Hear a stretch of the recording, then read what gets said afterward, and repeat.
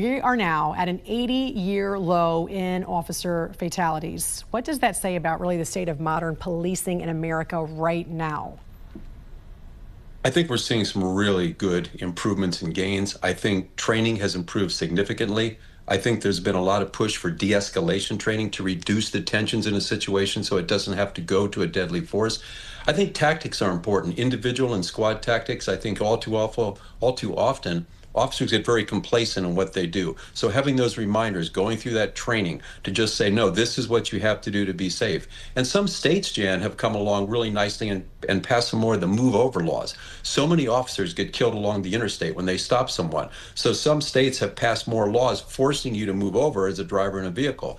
And I think you also have to look at the improved morale.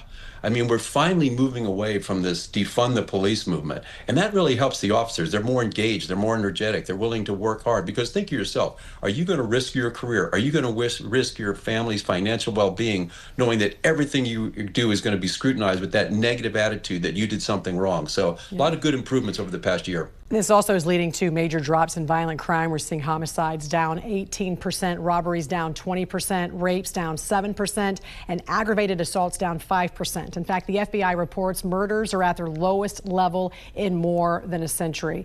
Let's talk about what's driving this decline and how has the current administration's tough on crime stance, Jody, played a role in all of this? You're so right, Jan. I think one thing, as I mentioned before, proactive policing. Officers are being aggressive now. You also have to look at what the administration did. They surged a lot of federal resources into some high crime areas. That had an impact. And I just had coffee yesterday with the head of the Scottsdale police chief. And I said, what's causing this? He goes, you know what? We're getting back to normal. We're finally past this post-pandemic phase where things are starting to get normal again. It was sheer madness back then. But here's what I look at for administration, and you're so right. It starts at the top. One of the indicators I looked at administration is when the Department of Justice opens up a patterns and practice investigation. Under the Biden administration, there were 12, usually looking at unconstitutional policing.